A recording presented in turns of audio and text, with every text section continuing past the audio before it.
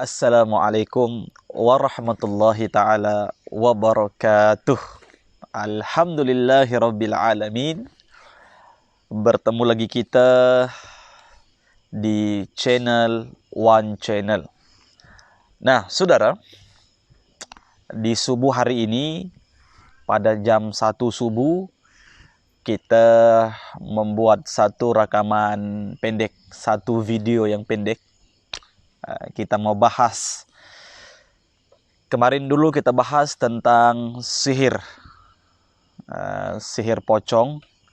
Semalam kita bahas pasal kenapa aku disihir.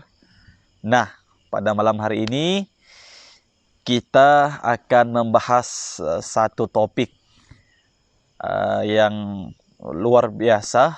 Topik dia adalah ciri-ciri kedai terkena sihir.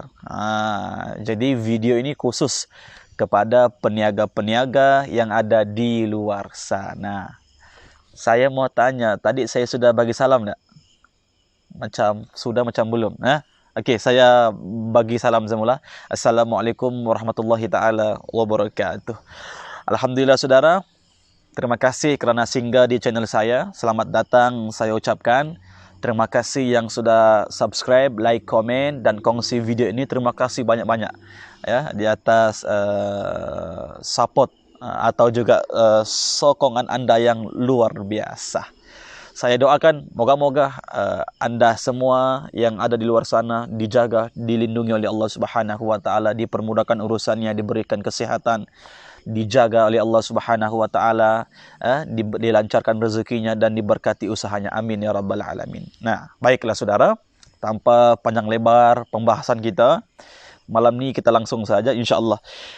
Malam hari ini kita akan membahas tajuk tentang ciri-ciri kedai yang terkena sihir. Ini memang sangat-sangat penting bagi peniaga-peniaga yang ada di luar sana untuk mengetahui lebih lanjut tentang apakah ciri-ciri kedai yang terkena sihir. Nah, berapa ramai di tempat kita ni yang ada kedai dan mungkin sudah pernah mengalami yang di mana kedai mereka terkena sihir dan sebagainya ya. Nah, jadi malam ni subuh hari ini kita akan membahas secara terperinci dan insya-Allah kita akan bahas ringkas dan padat. Baik. Di dalam perubatan Islam ada juga yang dipanggil sihir untuk penutup kedai. Agar apa? Agar orang yang berbisnis itu lingkup, agar orang yang berniaga itu tidak ada customer, agar orang yang berniaga itu gulung tikar. Nah, ini atas dengki-dengki, iri hati dan sebagainya, sebab tidak mau bersaing, tidak mau nampak kita lebih jauh berjaya berbanding mereka, jadi mereka pergunakan sihir untuk memuaskan hawa dan nafsu mereka. Thumma na'udzubillahi min zalik. Ciri yang pertama, kedai yang terkena sihir adalah sering berlakunya pertengkaran di dalam kedai. Pada mulanya, yang lagu-lagu lah, pada mulanya kusangka dirimu, luar biasa, yang terbaik untuk diriku. Luar biasa. Okey, bukan artis. Masya Allah, tabarakallah. Baik. Ciri yang pertama adalah sering bergaduh, sering bertengkar. Ketika kedai dibuka, permulaan kedai dibuka, alhamdulillah kedai okey, kedai aman-aman sahaja, pekerjanya semua sepakat, semuanya bersatu hati. Jadi apabila kedai itu sudah dihuni oleh aura-aura negatif, maka akan berlakulah pertengkaran di kedai. Sesama pekerja tidak bengam, bos majikan dan pekerja tidak bengam, berlakunya salah faham dan sebagainya.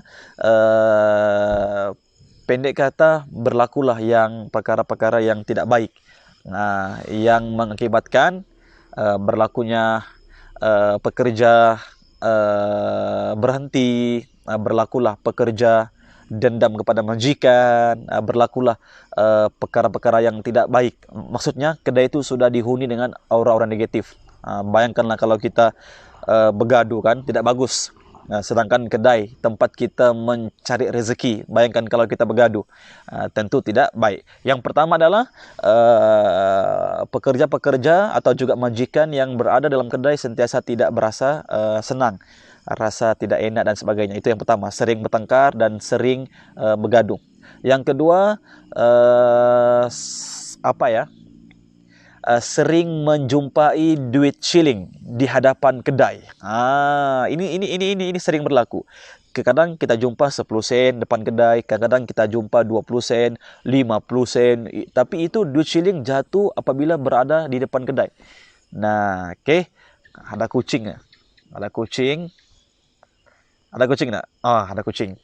Yang kita risau ada hantu. Ya, Masya Allah. Yang kedua yaitu sering menjumpai duit shilling. Nah, kadang-kadang duit shillingnya kita jumpa di depan pintu, kadang-kadang di depan cashier dan sebagainya. Itu juga adalah ciri-ciri kedai kita sudah terkena sihir. Nah, ketika kita mengambil duit tersebut, kita ambil, kemudian kita masukkan dalam tabung duit kita dalam kedai, nah itu akan memberi kesan yang tidak baik, mengakibatkan kedai kita tidak ada orang yang masuk. Istilahnya, kurang duit masuk, tapi banyak duit keluar. Begitu. Jadi, yang kedua adalah sering menjumpai duit shilling.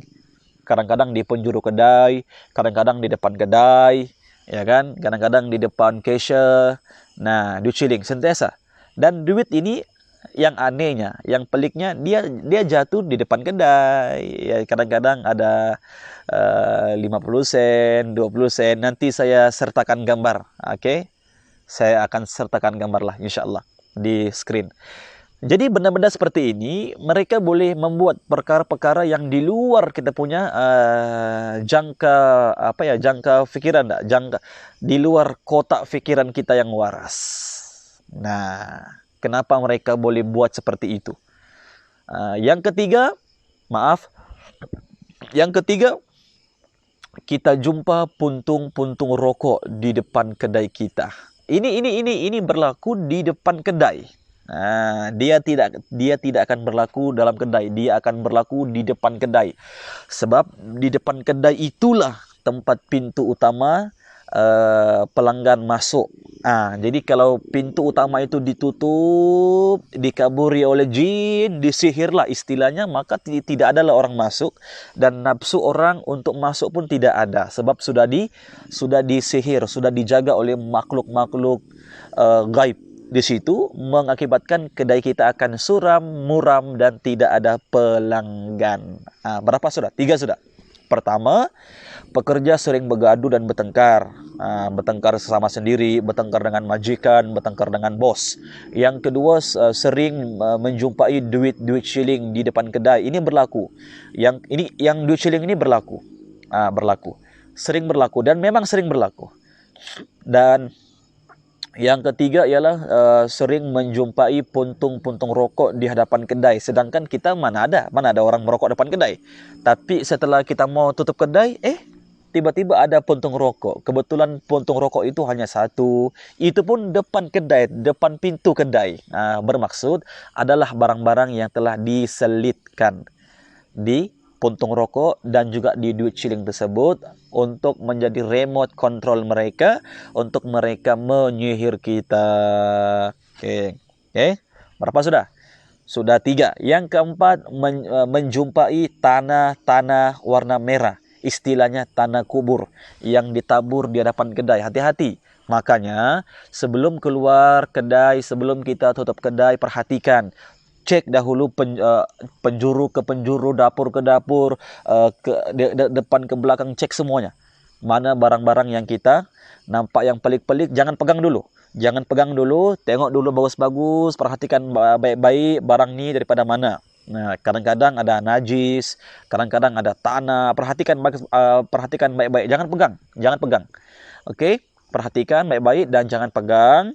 Kemudian perhatikan bagus-bagus, kemudian ambillah penyapu dan ambillah sendok sampah, penyendok sampah barulah sapu. Okey. Biasanya Biasanya sihir ini ianya akan berbalik-balik. Kalau hari ini jumpa puntung rokok, besok akan jumpa lagi. Dan lusa akan jumpa lagi. Dia akan seterusnya begitulah. Nah, selagi orang itu tidak bankrupt, selagi itulah dia akan melancarkan dia punya pekerjaan untuk menjatuhkan sesama sendiri. Na'udzubillahi min zalik. Jadi menjumpai saudara, menjumpai tanah-tanah. Ini berlaku. Ini berlaku kadang-kadang mereka mengambil tanah-tanah kubur, dilempar di depan kedai. Jadi besok pagi kalau masuk kedai perhatikan bagus-bagus sebelum buka grill, sebelum buka pagar kedai, tengok dulu. Kalau ada yang pelik-pelik depan kedai, kalau ada sapu ataupun tendang pakai kaki, ya. Kalau hafal ayat-ayat Al-Quran, baca apa-apa ayat, baca saja. Mohon kepada Allah agar sihirnya dibatalkan. Berapa sudah? Keempat sudah. Ya, keempat. Yang kelima, menjumpai bunga. Kadang-kadang bunga mawar, bunga-bunga satu kuntum, dua kuntum bunga yang dibuang di depan kedai juga, saudara. Ini berlaku semuanya depan kedai.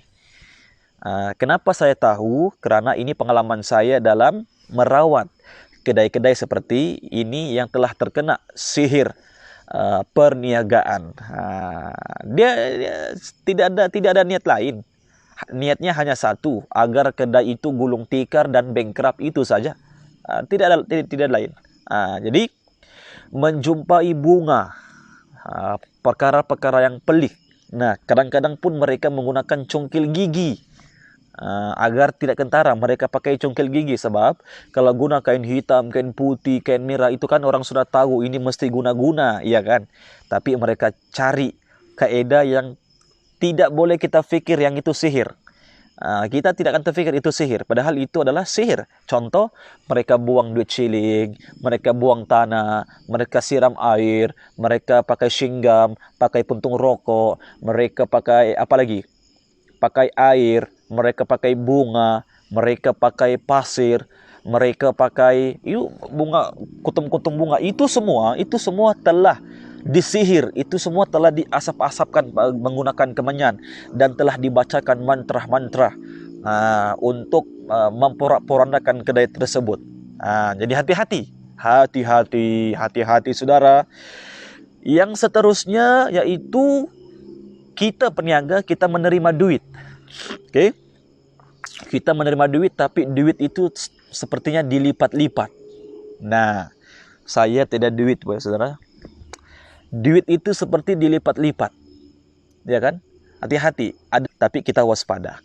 Itu ingat, kita tidak buruk sangka, tapi kita waspada. Dikhawatiri kawan-kawan yang terdekat yang membuat aniaya, kezaliman kepada kita. Ini sangat berbahaya, dan benda ini pun berlaku.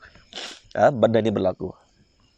Dan kita bincang benda ini bukan fitnah, dan ini benar-benar berlaku di persekitaran kita. Dan saya sampaikan di sini, benda ini pun pernah berlaku kepada pesakit saya sendiri. Pernah berlaku kepada pesakit saya, di mana kawan sendiri yang menyihir kawan yang satu agar dia tidak lagi berniaga. Alhamdulillah, akhirnya mereka jumpa dengan ruqyah syariah. Akhirnya kita rawat secara Islam, secara ruqyah syariah. Alhamdulillah, Allah berikan kesembuhan. Jadi ini sangat ini berbahaya. Jadi ingat, di dalam beberapa topik perbincangan tadi kita, ingat, perhatikan bagus-bagus. Sekiranya jumpa duit shilling, jumpa puntung rokok, jumpa tanah, jumpa pasir, jumpa korek gigi, jumpa benda-benda yang aneh dan sebagainya, itu gambar saja. Kemudian kemudian tulis tanggalnya, tarik dia bila dijumpa, dan jam berapa dan hari apa. Oke. Jadi insyaallah ini untuk episode yang pertama kita punya perbincangan. Insyaallah nanti akan ada lagi episode yang kedua, yaitu pencegahan. Insyaallah. Dan ilmu yang kita beri ini percuma. Dia, kalau orang-orang Indonesia dipanggil gratis. Tidak ada apa-apa bayaran. Jadi insyaallah Untuk episod ciri-ciri kedai yang terkena sihir ini, insyaAllah kita akan buat secara berepisod, insyaAllah, sebab pembahasannya sangat panjang dan kita akan lakukan rekaman ini episod demi episod. Baiklah, itu sahaja kita punya perbincangan pada malam hari ini. Sampai di sini dan akan berjumpa di lain waktu. Saya Selisma, Masya Allah, Tabarakallah. Ujian luar biasa. Tadi saya oke-oke saja. Setelah membahas tentang ini, saya bersin dan sebagainya. Masya Allah. Oke. Sampai berjumpa di lain waktu. Insya Allah. Terima kasih di atas perhatian Anda. Maaf sekiranya ada terkasar bahasa dan sebagainya. Mohon dimaafkan dan mohon diampunkan. Sampai berjumpa lagi. Insya Allah. Barakallahu fikum. Wassalamualaikum warahmatullahi ta'ala wabarakatuh.